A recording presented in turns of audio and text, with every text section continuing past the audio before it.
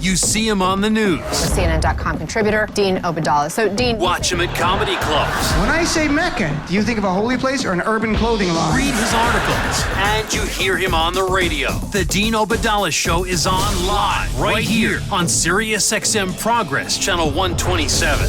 And welcome to the show, brothers and sisters of the Resistance. It is Tuesday, April 30th. I'm Dean Obeidallah, hoping to be your MBFF. I'm here for the next 3 hours. We got a lot to talk about. Oh my gosh, so many issues. Great guests are going to be here to help us make sense of it. But first, we need a little comedy because Stephen Colbert is back after a week off, making some good points through comedy. And the first clip I want to play, he does a joke about Joe Biden announcing. Listen, and I always say this, listen organically to the audience before a punchline. For example, when they show just Trump talking and everyone laughs. Listen carefully to the organic reaction of the audience when Stephen Colbert simply mentions Joe Biden's running for president. I'm just sharing it. I think it's always interesting to me how an audience responds before being prompted. Here's clip number 1, please. When last we met, a lot of establishment Democrats were wringing their hands about stopping Bernie Sanders, okay? They were afraid that he's unelectable because he's 77 years old. Well, enter a plucky, young up-and-comer, a full 14 months younger than Bernie, former vice president,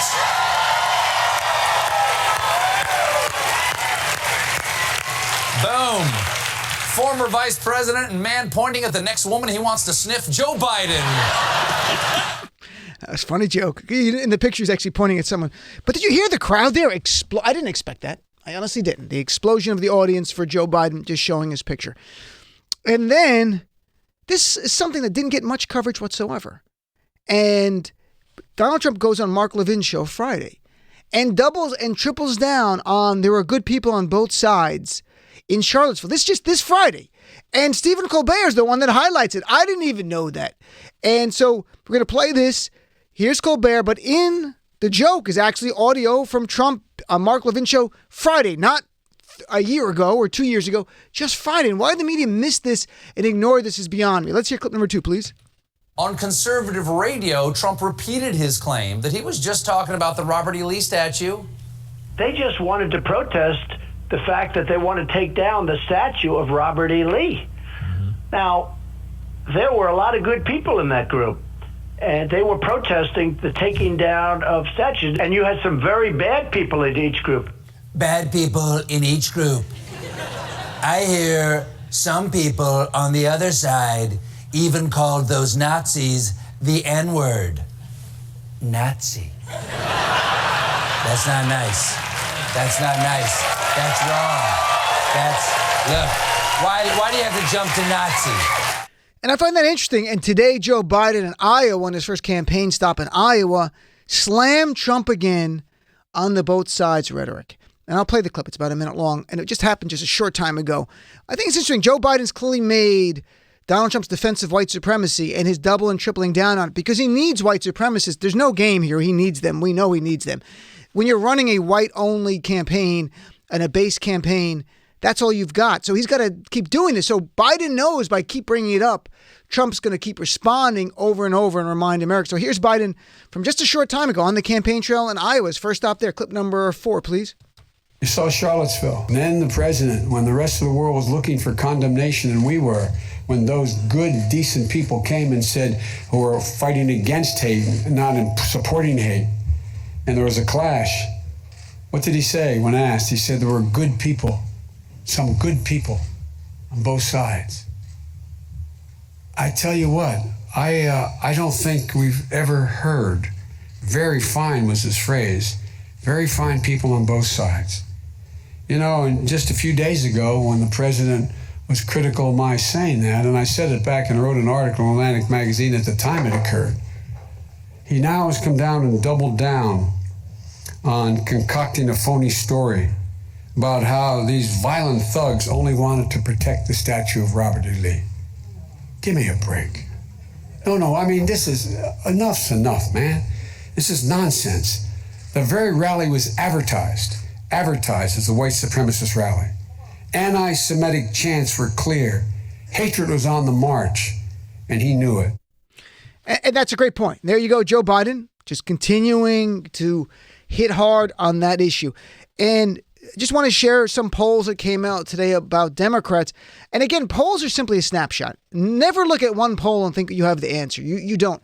What you do see a lot are trends in polls. I think that's what they're really indicative of and they're predictive of. What's going on? 2 new polls came out, a CNN poll this morning, and then about an hour ago, Quinnipiac. And Quinnipiac is very highly rated poll, very good methodology on the Democratic race. And they both found a very similar thing.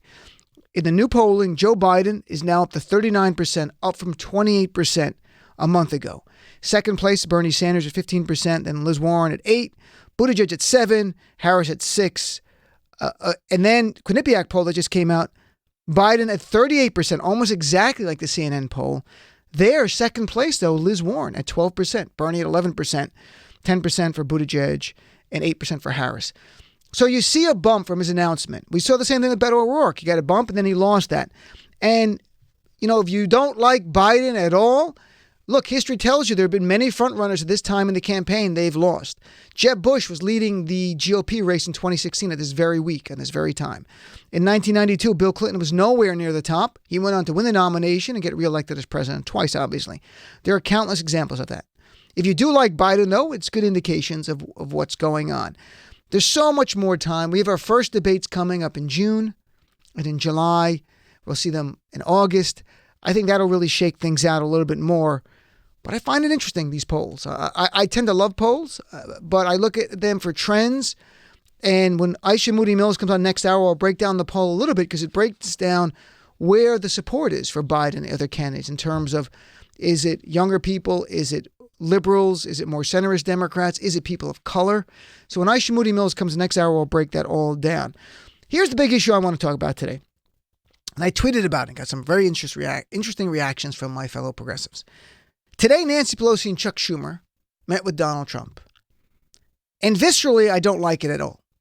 They went to meet, talk infrastructure. Intellectually, though, I understand it. But viscerally, I don't like it. And that's where I am torn on this one. That they go to meet to talk about infrastructure.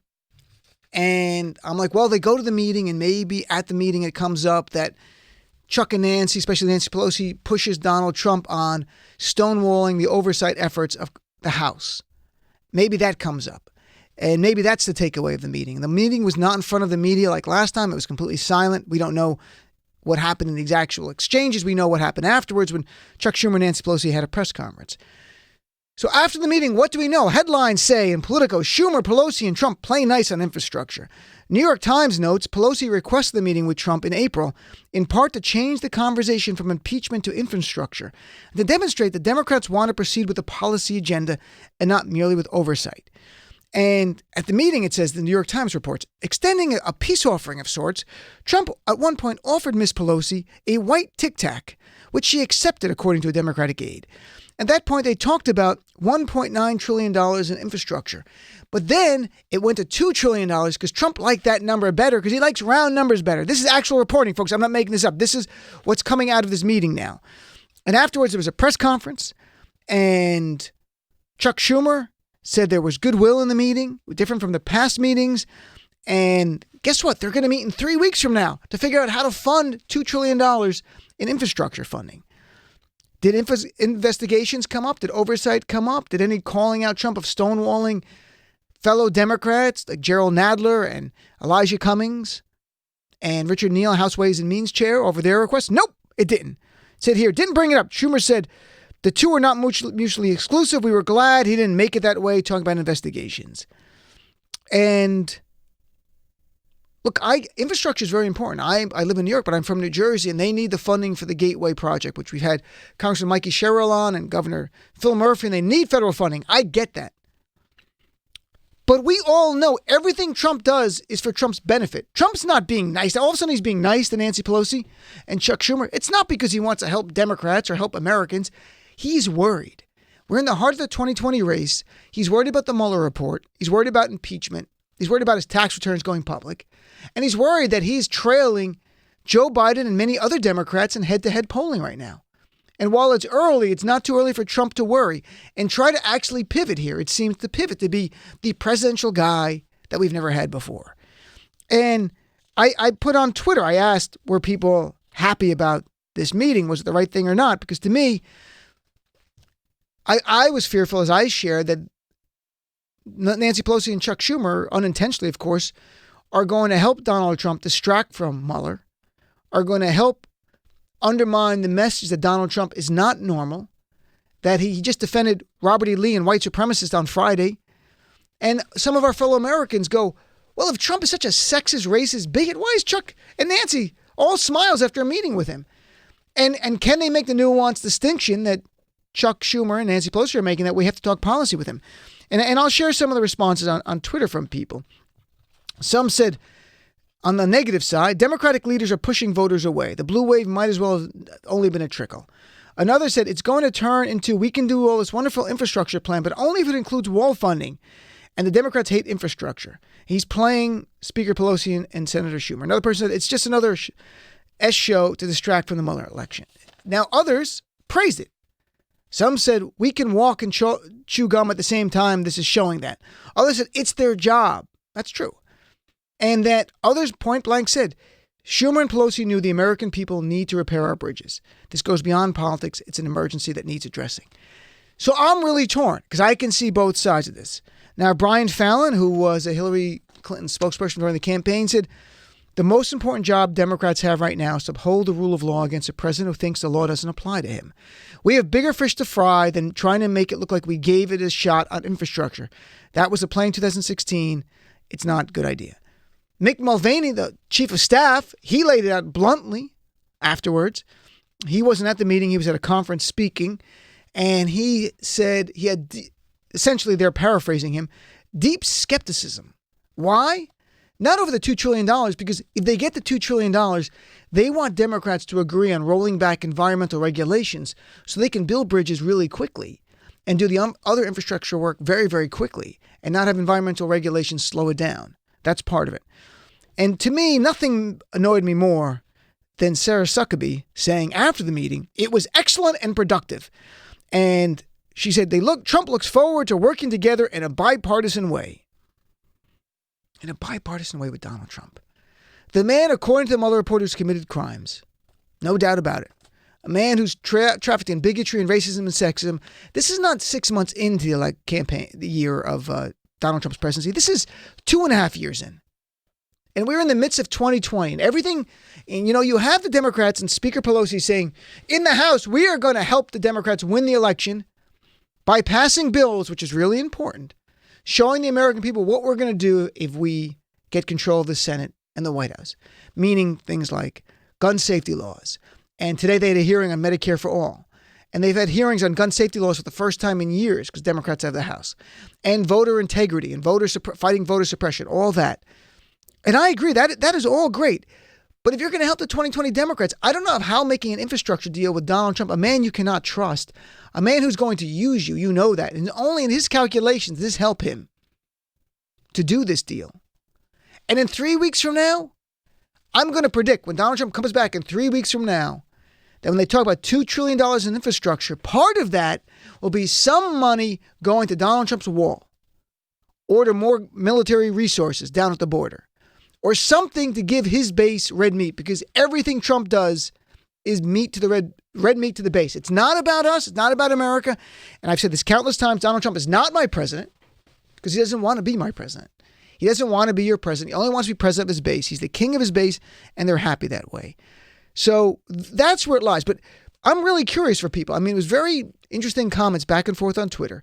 If you think it's a good idea they met, I'm happy to hear that. If you think you're concerned or you're going to hold your breath because in 3 weeks, let's see what Trump does. Maybe he implodes when they have their next meeting. I'm not sure. But infrastructure needs to be addressed. I get that. But I'm worried. I'm just worried. Not that Nancy and Chuck are not smart. They're very smart. But Donald Trump gets what he really wants. He makes a deal. It does help certain Americans and makes him actually look like the president that he's not. That somehow he actually cares about the American people. He doesn't. He cares about Trump.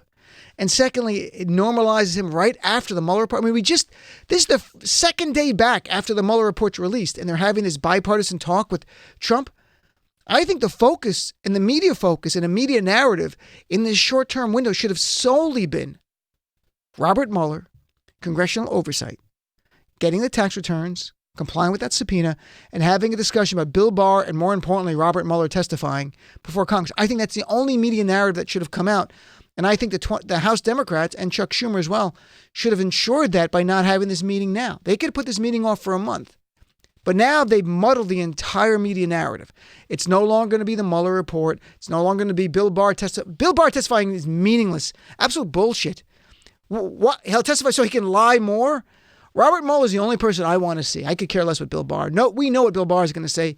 We don't need the wind-up robot who looks like sort of Ted from the comedy movie to go out there and lie to us. We don't. So let's take a break. I want to hear from you. Is it a good idea to meet with him? What is your sense of that? And also, if you want to comment on the polling now, any traction, I don't know if that changes. So 866-997-4748. I'd love to hear from you right here on the Dean Obeidallah Show. The Dean Obeidallah Show. Voting is the most important civil right of our era because the right to vote preserves all other rights.